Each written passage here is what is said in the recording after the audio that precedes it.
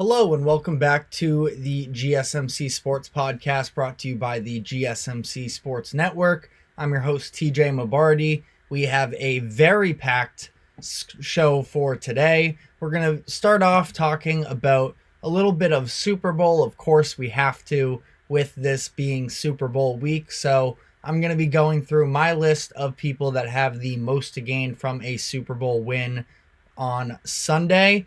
Then in the second segment, I'm going to be giving my picks for the NFL regular season awards that will be announced tonight at 9 o'clock. So I'm going to be giving my picks, but also at that same rate, I am going to be giving my predictions because I don't think they will all fall exactly linear. Then in the second half of the show, we are going to be loaded with NBA trade deadline updates. The deadline is taking place at 3 o'clock today. So as this show goes on, we're going to be having news breaking at the moment. We're going to try and keep up with everything that we can. But before we get into all of that, just a reminder to please like and follow. And for any sort of tips and donations, just a reminder to use the link that is streaming across the bottom ticker throughout the course of the show. That is streamelements.com/gsmcsportsnetwork./tip. So without further ado, getting into our first segment here, who has the most to gain from a Super Bowl win? I put together a list of 5+ names here that I think would benefit the most. The first of which being Kyle Shanahan, the head coach of the 49ers. Shanahan, someone that we have talked a lot about on this show. It is no doubt he is an incredible offensive mind, and despite that, he's had a fair amount of criticism because, really when he first got sort of thrown into the fire of national media attention came with the 28-3 collapse when he was the offensive coordinator for the Falcons when they blew the lead in the Super Bowl. And ever since then, I think that he's gotten a little bit of an unfair reputation as a choker, as somebody who can't win big games, and as somebody who has struggled with the idea of coming back in the past. Now, during their playoff run this year, they've already sort of put to rest, maybe not fully to rest, but put some of the doubters to the side, at least for the time being, when it comes to the lead perspective of this. He was 0-40, I believe it was, one of those horrendous stats talking about his record when his team trailed by 7 or more points entering the fourth quarter. And now he has one of those wins this postseason, and additionally has the largest comeback in NFC Championship game history. Now, that didn't actually end up being considered one of those statistical games because they actually did a lot of their comeback in the third quarter. So they weren't trailing by 7 or more come the fourth quarter, but an unbelievable comeback nonetheless. And during that NFC Championship game, especially at halftime, I think that everybody really that follows the sport was sort of preparing to come up with their different takes about Shanahan coming flat in the postseason again. I know that I was texting with some people in a group chat about a Kyle Shanahan falling flat again in the playoffs to end their season, but that was not the case as they were able to come back. So he sort of kept the dream alive, and as a result, now they're playing for another Super Bowl with a chance to redeem themselves and for Shanahan himself to redeem himself from the other big blown lead of his career, which was in the Super Bowl all those years ago against a very similar Chiefs roster. You know the deal. Allowed 21 straight points in the fourth quarter while being shut out to lose that game. So Shanahan, I think, has the most to gain from a Super Bowl win here, really establish himself as not just one of the great offensive minds, not just one of the great young head coaches, but really one of the top tier coaches as a whole in the league. And he probably already is a couple of those things at least, but I think that he can really put the doubts to rest if they are able to pull it off in a year where they are going in with Mr. Irrelevant, Brock Purdy, who I have as second on my list here as far as who has the most to gain. Purdy has had no shortage of doubters throughout his short career so far, despite the amount of success from a team perspective that they have had. And Purdy had his name in MVP considerations for a lot of the year as well. Sort of died down late in the year when they lost to the Ravens, but nonetheless, he was in that conversation. He was playing really well. There were some injuries going on around him, but he kept this 49ers team chugging along, and they end up with the 1 seed and in the best possible situation to make another Super Bowl run. And here he is. I think that for the most part, as far as financially going forward, unless things go really wrong for him in the Super Bowl, I think he's already locked himself down at least some form of a long-term contract. Now, he can definitely up the price on that with a good Super Bowl performance, but unless things go horribly, I think he's got that locked down. So I think what he has to gain is more from the respect aspect of it all, because even despite the amount of success that he has had, I think that people just really hang on to that draft status being the last overall pick a couple years ago.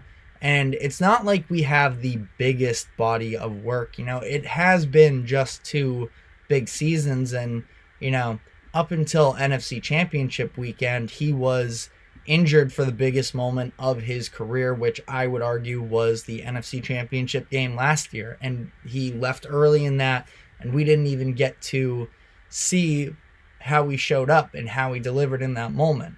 And even this playoff run, the 49ers haven't looked tremendous through the first couple rounds, but again, they did enough to get here, and that's sort of been the thing with Purdy, is can he be a good enough game manager to just keep them in the game and allow them to have those moments to strike, and that's what he's done up to this point.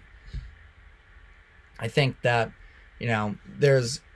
he's also probably just about the person with the most to lose should this game go sideways for them, but I think that in the very same sense, there's a lot of people that are on that Brock Purdy line of, is he a franchise guy? Is he a product of the system?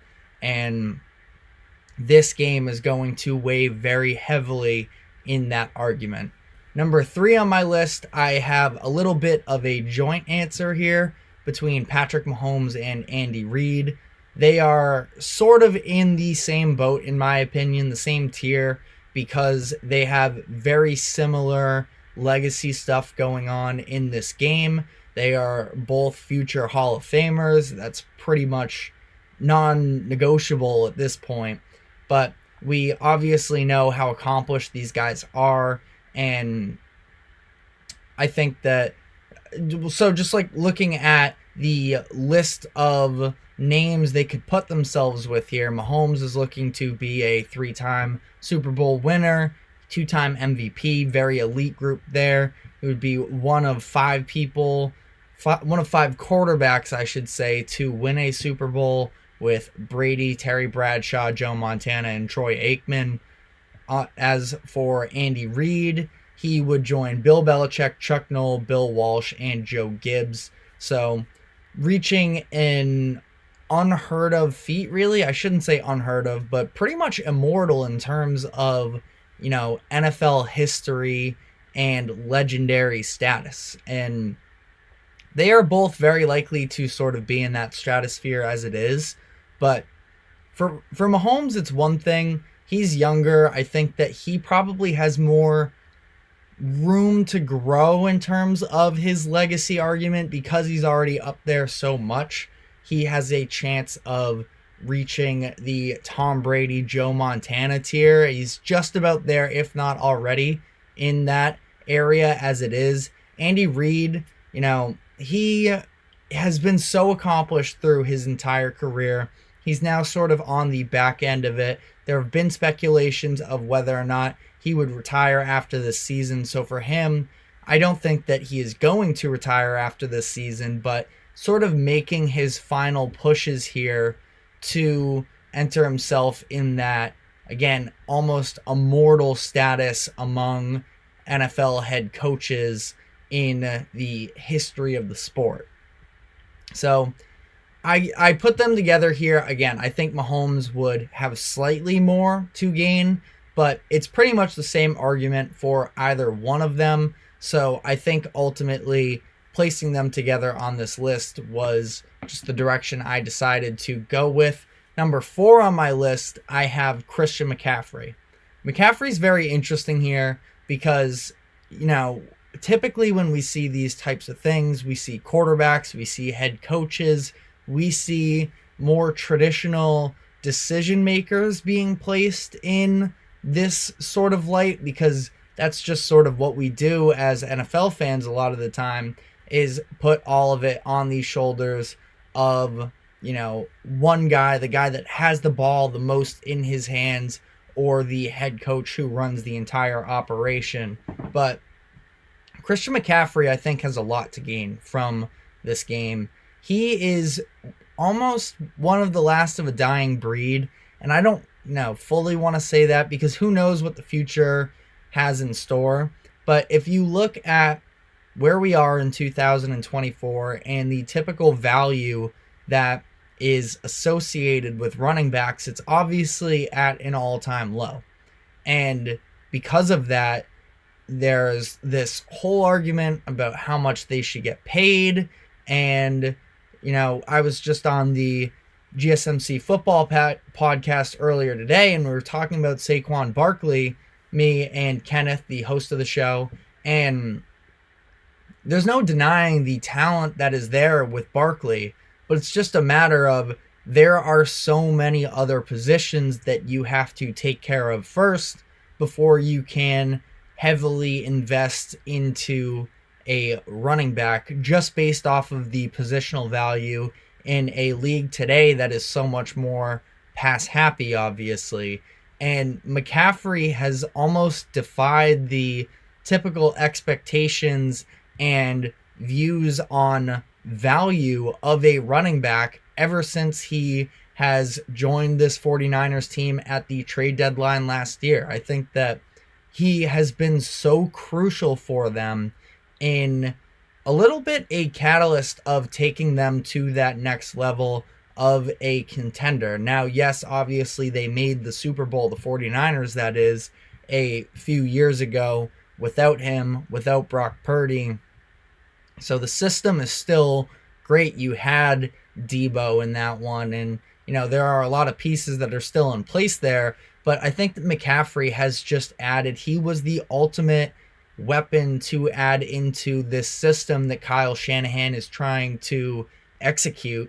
And you had sort of stopgap guys that were productive for them. I think that it's a different level with McCaffrey because throughout the past 2 weeks, you kind of have to imagine that Steve Spagnuolo and the Kansas City Chiefs whole defense, really, from coaching staff to players, has had their eyes fixated on Christian McCaffrey.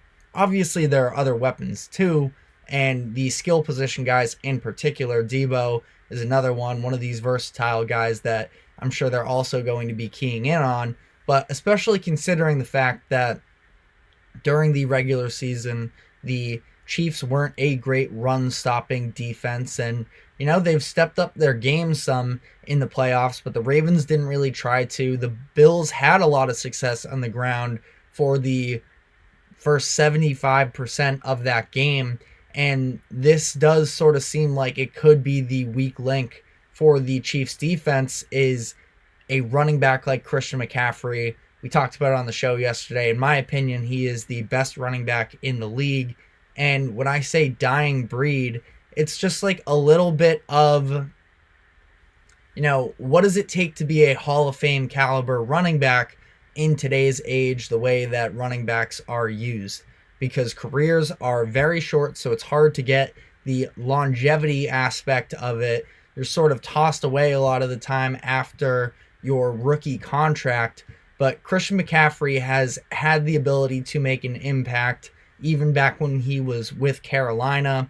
And I think that he has, whether the Chiefs are able to focus in on him, key in on him in the Super Bowl and try and take him out of the game, his presence being there alone is so valuable to the Niners that I think that he has a chance to really establish himself as potentially an all-time great when it comes to running backs. It's him and Derrick Henry sort of in a class of their own right now as far as guys that seem like they have real Hall of Fame potential. And, he could go down as one of the most memorable running backs of the 2000s. So I have McCaffrey at 4. And then number 5, just to wrap up this segment, I had both GMs actually from the 49ers and from the Chiefs. I think that, it hasn't been necessarily the easiest road to get here. I think that John Lynch is very well renowned across the league as one of the best general managers in the game of football. And I do very much agree with that. I think that the amount of talent that he's been able to put on that roster, the drafting, although it's not him alone, they always just have the best linebackers. They have a lot of talent on both sides of the ball. And Lynch that is very successful. He had one of the biggest blunders in recent draft history in the 2021 draft when they traded 3 first-round picks and a third for the 3rd overall pick in that 2021 draft that would end up being Trey Lance, who only started 4 games for them. And I think that what makes this move so much worse is the fact that when they did this, they didn't even know who they were going to be taking at 3. And I feel like when you're mortgaging all this to get a draft position, you have to at least know, like, there's a big risk that you take running with the draft day trades or the, days leading up to the draft. But you have to be able to confidently say that this is the right move because we're getting this guy. It is worth it. They didn't even know who they were going with then. And yet, despite giving up as much as they did, they were still able to bounce back, and they've made 2 straight NFC championship appearances and now a Super Bowl. On the Chiefs side, Brett Veach, he made a very gutsy move of trading Tyreek Hill at the peak of his powers, sending him to Miami when that was never even seen as a possibility really up until that moment. But he understood the value of Travis Kelce at the time, knowing that you were going to have to rebuild other parts of this roster around the massive contract that you were giving out to Patrick Mahomes.